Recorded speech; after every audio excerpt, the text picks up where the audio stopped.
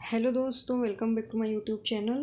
तो आज मैं बायोलॉजी के सेकेंड पार्ट करा रही हूँ। जैसे कि आप लोगों को मैंने पहले वीडियो में क्वेश्चन नंबर 26 तक करा दिया था। तो चलिए वीडियो को स्टार्ट करते हैं। और जिन लोगों ने भी पार्ट 1 नहीं देखा है तो चैनल में जाके देख लीजिएगा। मैंने पार्ट 1 करा दिया है बायोलॉजी का। तो आज फिर 26 नंबर से हम लोग स्टार्ट करते हैं। तो चलिए वीडियो को स्टार्ट करते हैं। तो यहाँ पे 126 है क्यों, और उसमें मैं 25 1 2 करके बता रही थी, इसलिए आप लोग समझ लीजिएगा। मैं 26 27 सीक्वेंस में बोलूँगी, ठीक है। तो चलिए, the cyclic menstruation is an indicator of चक्रीय रजोस्राव किसका सूचक है। तो देखिए ऑप्शन में क्या दिया, fertility, pregnancy, menarche, normal reproductive phase. तो cyclic menstruation is an indicator of, क्या हो जाएगा इसका, तो इसका राइट आंसर हो जाएगा ऑप्शन नंबर डी, ठीक है। चलिए क्वेश्चन नंबर 27 में चलते हैं। Who first identified DNA is an acidic substances present in nucleus and named it nuclein। DNA को नाभिक में मौजूद एक अम्लीय पदार्थ के रूप में सर्वप्रथम किसने पहचाना और इसे न्यूक्लियन नाम दिया। तो यहाँ पे क्या है, जेम्स वाटसन, बी में फ्रांसिस क्रिक, सी में फ्राइडरिच मैस्चर और डी में है रोजालिंड फ्रैंकलिन। तो इसका राइट आंसर हो जाएगा दोस्तों ऑप्शन नंबर सी, फ्राइडरिच मैस्चर।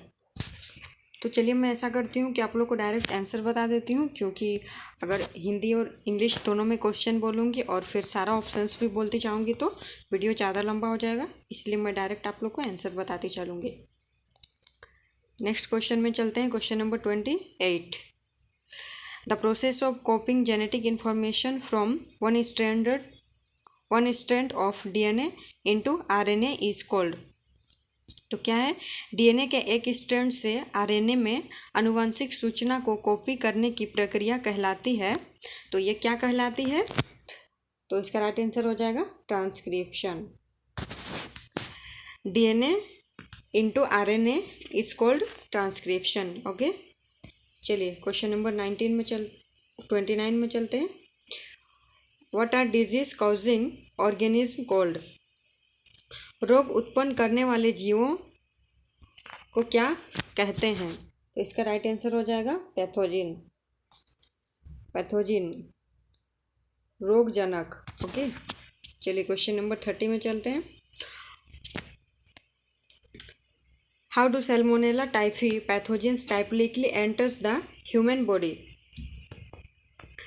सैल्मोनेला टाइफी रोगजनक आमतौर पर मानव शरीर में कैसे प्रवेश करते हैं। तो इसका राइट आंसर हो जाएगा through contaminated food and water. जो हम लोग फूड खाते हैं, खान पान करते हैं, पानी पीते हैं, इसी के थ्रू हम लोग का शरीर में जो है दूषित भोजन और पानी के माध्यम से होता है, पैथोजेंस एंटर करते हैं, ठीक है।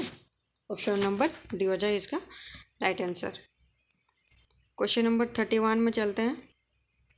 विच component of pollen grains is responsible for its preservation as fossils.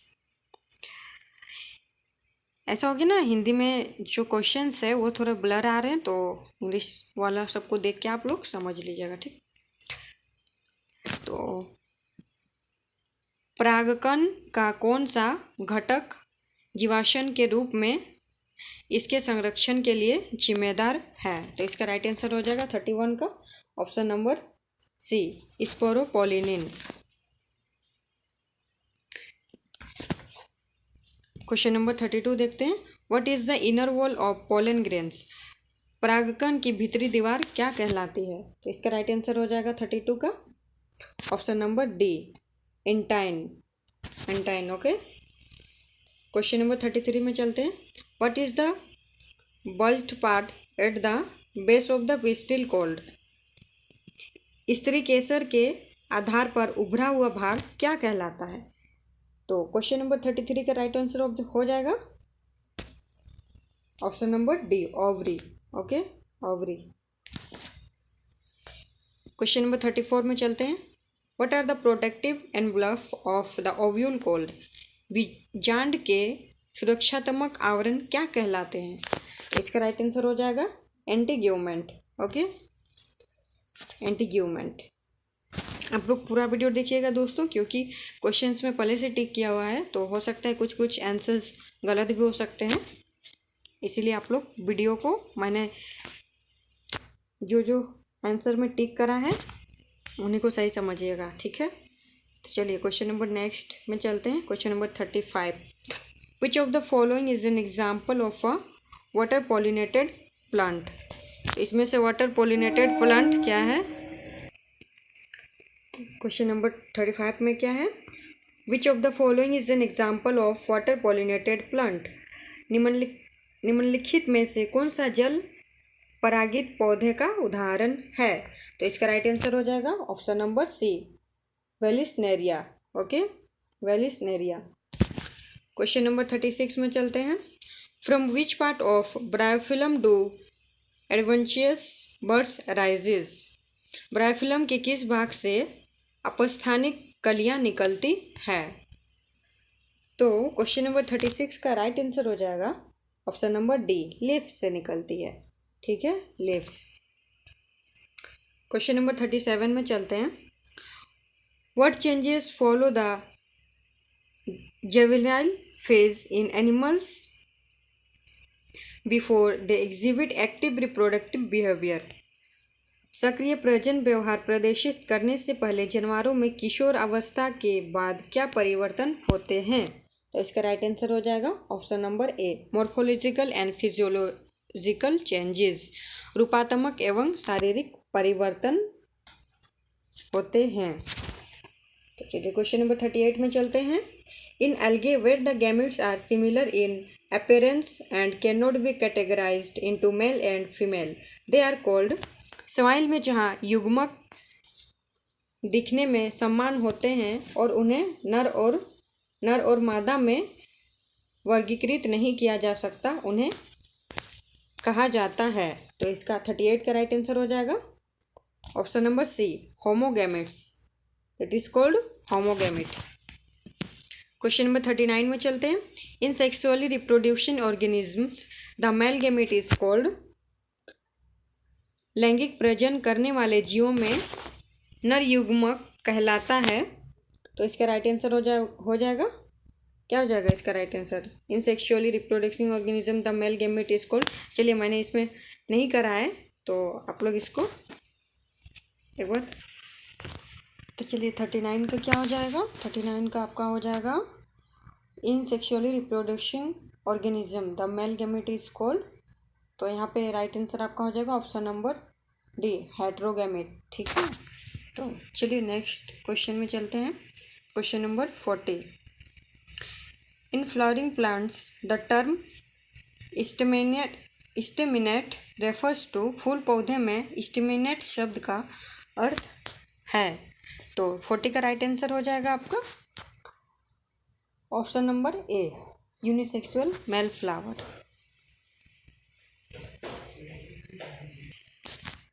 Question number 41 में देखते हैं। Which layer of the uterus undergoes cyclical changes during the menstrual cycle? मासिक चक्र के दौरान गर्भाशय की कौन सी परत चक्रीय परिवर्तन से गुजरती है? तो इसका राइट आंसर हो जाएगा क्या? Option number A, androecium, androecium. Okay, question number 42 में चलते हैं। What is the term used to describe the rapid secretion of LHS during the mid cycle? मध्य चक्र के दौरान एलएचएस के तीव्र स्राव का वर्णन करने के लिए किस शब्द का प्रयोग किया जाता है? तो इसका राइट आंसर हो जाएगा 42 का option number B, LHS surge. Question number 43 में चलते हैं। What are the some of the basic requirements that could face scarcity due to rapid population growth? ऐसी कौन सी बुनियादी आवश्यकताएं हैं जो तेजी से जनसंख्या वृद्धि के कारण कमी का सामना कर सकती है। तो आप लोग बता सकते हैं क्या क्या हो सकती है, क्या सबसे ज़्यादा ज़रूरी है? तो ये तो अपने आप पता चल जाता है क्या सबसे ज़्यादा ज़रूरी है। फूड, शेल्टर, क्लोथिंग, या फिर बी नंबर में education and health care. Education and health care से तो काम चल सकता नहीं है, काहे कि खाने का भी चाहिए, पहनने का भी चाहिए। ट्रांसपोर्टेशन एंड कम्युनिकेशन, ये तो जब हम लोग को खाने का ही मिलेगा, नहीं मिलेगा, शेल्टर ही नहीं मिलेगा, क्लोथिंग ही नहीं मिलेगा, तो हम लोग का सबसे फर्स्ट नीड क्या है? तो इसका राइट आंसर क्या आ जाएगा? Option number A, food, shelter and clothing, भोजन, आश्रय और वस्त्र। क्वेश्चन नंबर 44 में चलते हैं। विच natural method of contraception involve abstaining from sexual intercourse during the fertile period? गर्भ निरोधक की किस प्रकृति विधि से प्रजननशील अवधि के दौरान संभोग से दूर रहना शामिल है? तो 44 का राइट आंसर हो जाएगा क्या? ऑप्शन नंबर ए, विथड्रॉल मेथड। तो क्या हो जाएगा इसका? निकासी विधि, क्योंकि बी तो लैक्टेशनल एमेनोरिया मेथड भी नहीं होगा, बैरियर मेथड भी नहीं होगा, पीरियोडिक एब्सेंस। देखिए, बैरियर मेथड और विथड्रॉल मेथड में बहुत ज़्यादा कन्फ्यूजन है, ठीक है। तो इसका राइट आंसर क्या हो जाएगा? Withdrawal method, option number A. Question number 45 देखते हैं। Which of the following barrier method is inserted into the female reproductive tract to cover the cervix during coitus? Coitus के दौरान गर्भाशय ग्रीवा को ढकने के लिए निम्नलिखित में से कौन सी बैरियर विधि महिला प्रजनन पथ में डाली जाती है? तो क्वेश्चन नंबर 45 का राइट आंसर हो जाएगा क्या? Option number B, diaphragm. Diaphragm, ठीक। क्वेश्चन नंबर 46 है। How many lobes does a typical angiosperm anther have? एक विशिष्ट एंजियोस्पर्म एंथर में कितने लोब होते हैं? क्वेश्चन नंबर 46 का राइट आंसर हो जाएगा क्या आपका? ऑप्शन नंबर डी, बायलोब्ड, ठीक है। दो, बाय मतलब दो, ट्राई मतलब तीन, ठीक।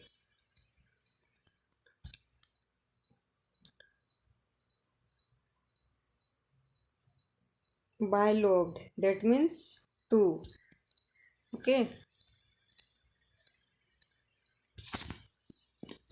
क्वेश्चन नंबर 47 में चलते हैं। What are the pollen sacs packed with? Pollen sac किससे भरे होते हैं? तो पोलन सैक किससे भरे होते हैं? 47 का राइट आंसर हो जाएगा आपका फिलामेंट नहीं होगा, पेटल भी नहीं होगा, सी में पोलन ग्रेन्स भी नहीं होगा, तंतु पाखंडी परागकोण, इसमें से कुछ भी नहीं होगा। तो इसका राइट आंसर क्या हो जाएगा? नॉन ऑफ द एबोव, उपयुक्त में से कोई नहीं। क्वेश्चन नंबर 48 में चलते हैं। What are the four wall layer surrounding a micro sporangium? एक लघु बीजाणुधानी को घेरने वाली चार दीवार परतें क्या है? तो 48 का क्या हो जाएगा? ऑप्शन नंबर कौन सा? ए में क्या है? Epidermis, endothecium, mid layer and tapetum. B में क्या है? Epidermis, cortex, pith and tapetum. Epidermis, mesophyll, epidermis and tapetum. Epidermis, periderm, vascular bundle and tapetum. No, तो इसका राइट आंसर क्या हो जाएगा? Option number A, epidermis, endothecium, mid layer and tapetum, okay. Question number 49 में चलते हैं। What happened to the microspores is the anther mature and dehydrate? जब परागकोश परिपक्व और निर्जलित हो जाते हैं तो लघु बीजाणुओं का क्या होता है? तो 49 का राइट आंसर हो जाएगा option number B, they dissociate from each other and developed into pollen grains. वे एक दूसरे से अलग हो जाते हैं और परागकोण में विकसित होते हैं। क्वेश्चन नंबर 50 देखते हैं। The hard outer layer of the pollen grain is composed of. परागकण की कठोर बाहरी परत बनी होती है किससे? तो इसका राइट आंसर हो जाएगा स्पोरोपोलिनिन। स्पोरोपोलिनिन। ठीक है, तो चलिए दोस्तों, बायोलॉजी का मैंने 50 क्वेश्चन आज कंप्लीट करा दिया, और आप लोग को बाकी केमिस्ट्री के भी मिलेंगे, फिजिक्स के भी मिलेंगे। तो सारे सब्जेक्ट के वीडियो पाने के लिए आप लोग मेरे चैनल को सब्सक्राइब कर लीजिएगा। और आज के लिए इतना ही, 50 क्वेश्चंस। और मैंने पार्ट 1 जो लोगों ने नहीं देखा है वो मेरे चैनल पे जाके देख लीजिएगा, और वीडियो को लाइक कर दीजिएगा और शेयर भी कर दीजिएगा, चैनल को सब्सक्राइब भी कर दीजिएगा। Thank you.